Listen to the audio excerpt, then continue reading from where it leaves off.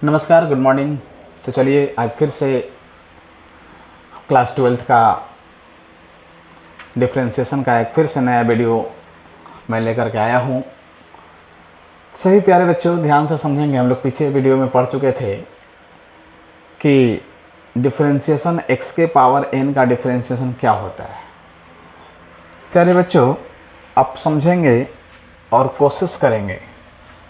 हम आपको बताया थे कि x के पावर n का dc क्या होता है, तो याद रखेंगे n इंटू एक्स के पावर n माइनस 1 मैंने बताया था आपको, मैं वीडियो में आपको बताया था।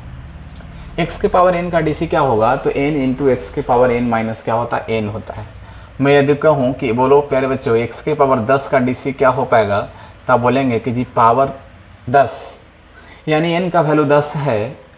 तो मैं क्या करूँगा कि 10 को पटक दूंगा, एक पावर एक कम कर दूंगा और यही सवाल का क्या हो जाएगा, उत्तर हो जाएगा। ठीक है प्यारे बच्चों, आप समझ पाएंगे कि हम एक और बात बताए थे कि यदि मैं कहूँ कि 1/x के पावर 20 का dc क्या हो पाएगा, तो आप समझ पाइए कि इसका dc हम बताए थे कि इसका x के पावर 20 है तो उसको माइनस में लिख देंगे 20, प्लस है तो किस में लिख देंगे, माइनस में लिख देंगे, और नीचे पावर 20 है तो पावर को क्या कर लेंगे 21, और यही सवाल का क्या हो जाएगा, उत्तर हो जाएगा।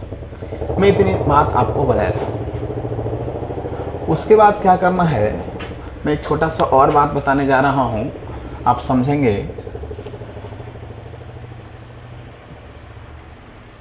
एक छोटा सा और मैं बात बताने जा रहा हूं, जैसे समझिएगा। हम लोग जानते हैं कि कांस्टेंट का डीसी 0 होता है। कांस्टेंट का डीसी क्या होता है, 0, है ना। अब कांस्टेंट में कुछ भी आ सकता है। मैं कह दूं कि पाई का डीसी क्या होगा, 0 होगा। मैं किसी भी संख्या के बारे में कह दूं, संख्या का डीसी क्या होगा, 0 हो जाएगा, है ना। किसी भी संख्या का डीसी क्या होता है, 0 होता है। ठीक है, तो आप याद रखेंगे। जैसे आपसे पूछेगा बताओ d2/dx का मान कितना हो जाएगा, तो इस सवाल का उत्तर कितना हो जाएगा, 0 हो जाएगा। आपसे हम पूछे कि बताओ dπ/dx का मान कितना हो जाएगा, तो इस सवाल का उत्तर क्या हो जाएगा, 0 हो जाएगा। ठीक है, मैं आपसे कहूँ कि बताएंगे साइन इनवर्स x और प्लस कॉस इनवर्स x का डीसी क्या हो पाएगा, तो भी इसका भी सवाल का उत्तर क्या हो जाएगा, 0 हो जाएगा। क्योंकि यदि आप पढ़े होंगे कि sine inverse x plus cos inverse x का वैल्यू π/2 और π/2 एक कांस्टेंट वैल्यू है, इसीलिए इसका उत्तर क्या आ जाएगा, 0 आ जाएगा।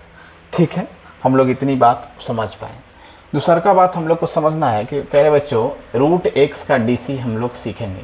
√x का डीसी क्या होता है समझिए।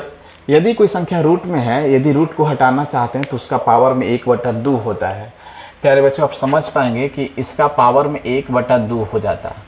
यदि हम रूट को हटाना चाहेंगे तो इसका पावर में कितना हो जाता है, 1/2 हो जाता है। आप समझेंगे कि देखिए हमने क्या पढ़ा था, x के पावर n का डीसी क्या होता है, तो n इंटू एक्स के पावर n माइनस 1। तो बताइए n के स्थान पर 1/2 है कि नहीं, तो n/2 है। तो आप क्या करेंगे कि इसका पावर में 1/2 है तो 1/2 लिखेंगे, n को पटक देंगे और एक क्या करेंगे, x के पावर 1/2 में से एक क्या कर लेंगे, घटा लेंगे। तो प्यारे बच्चों आप समझ पाएंगे कि 1/2 इंटू एक्स के पावर 1/2 में से एक घटाएंगे तो -1/2 बच पाएगा। कितना बच पाएगा, -1/2। और इसको आप लिख पाएंगे कि 1/2, इसको नीचे लेकर के आएंगे तो ऊपर में 1 बचेगा और नीचे 2 इंटू एक्स के पावर 1/2 हो जाएगा। ठीक है, और इसी को मैं बोल सकता हूँ 1/2√x। इसी को मैं क्या बोल सकता हूँ, 2√x, 1/2√x। प्यारे बच्चों यदि सवाल क्वेश्चन आएगा कि बताइए √x का डीसी क्या हो जाएगा, तो ऑप्शन में ई भी हो सकता है, ऑप्शन में भी हो सकता है, ऑप्शन में भी हो सकता है। जो ऑप्शन में मिलेगा उस सवाल का उत्तर कर देंगे, उस सवाल में टिक कर देंगे, वही सवाल का क्या हो जाएगा, आंसर हो जाएगा। प्यारे बच्चों समझ पाएंगे कि कोई भी फ्रैक्शन के रूप में हुआ, जैसे इस फ्रैक्शन था, मैं कहूँ कि बउआ बताओ x के पावर 3/2 का डीसी क्या होगा, बात वही मैं कर रहा हूँ, कोई अलग बात नहीं कर रहा हूँ, है ना। अभी एक ही फार्मूला का मैं डिस्कशन कर रहा हूँ। बोलो n के स्थान पे यहाँ कितना है, 3/2, तो पावर जितना है उतना पटक देंगे और पावर एक कम करेंगे, तो 3/2 में से एक कम कर लेंगे। अब आपको मैं बता रहा हूँ कि देखिए 3/2 और x के पावर 3/2 का मतलब 1.5 होता है, 1.5 1.5, और 1.5 में से एक घटा लेंगे तो 1/2 बच पाएगा, और यही सवाल का उत्तर है। और यदि इसको और आगे बढ़ाना चाहेंगे तो 3/2 और इसको आप लिख सकते हैं √x, सवाल का उत्तर हो गया।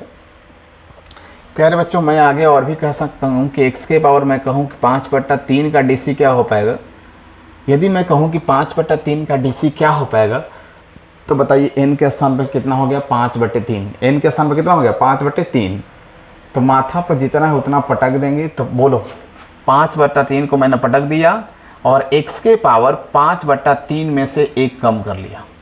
कम कर लिए तो प्यारे बच्चों बताएंगे कि 5/3 और x के पावर 5/3 में से 1 घटाएंगे तो 2/3 बच पाएगा। और यही सवाल का उत्तर है ना। यही सवाल का क्या हो जाएगा, उत्तर हो जाएगा।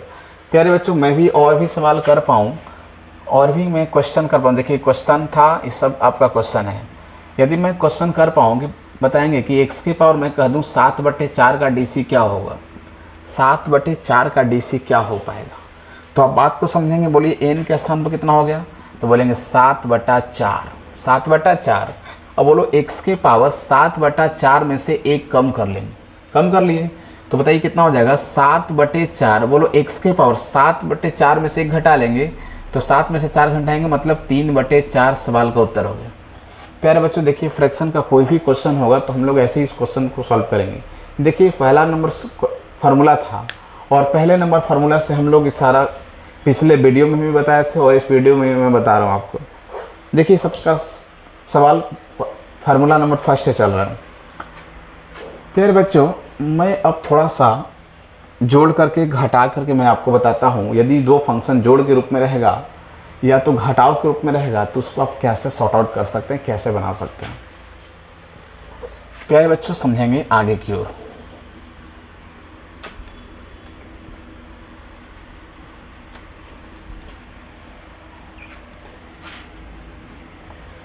समझिएगा,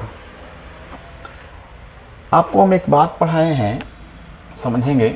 आपको हम एक बात पढ़ाए हैं कि डिफरेंशिएशन u + -v यदि जोड़ के रूप में रहेगा तो उसको जोड़ेंगे, घटाव के रूप में रहेगा तो उसको क्या कर लेंगे, घटा लेंगे। ध्यान से समझेंगे।